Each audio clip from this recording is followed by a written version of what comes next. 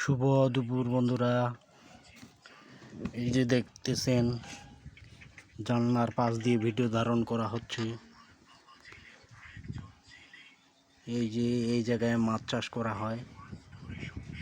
মাছ কি ধরনের মাছ বলবেন যে কি ধরনের মাছ আছে? এই জায়গায় হচ্ছে মাগুর মাছ চাষ করা হচ্ছে। এই যে ছোট একটা পুকুর তো না, এটা ডোবার মতো। এই যে দেখতেছেন কি সুন্দরভাবে পুকুরে মাছ চাষ করা হয়। এটা তেমন ধরনের পুকুর না, এটা ছোট একটা খাল।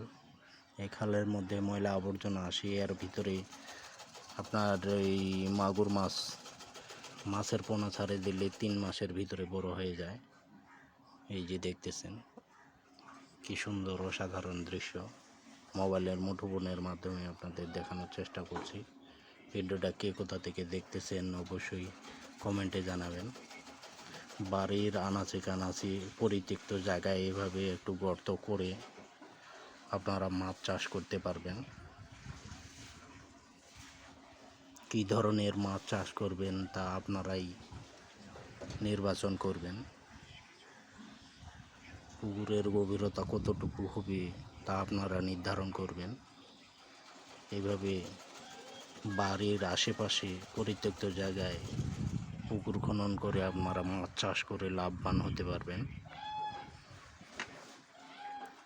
এতক্ষণে আমাদের সঙ্গে থাকার জন্য আপনাদের আন্তরিক ধন্যবাদ।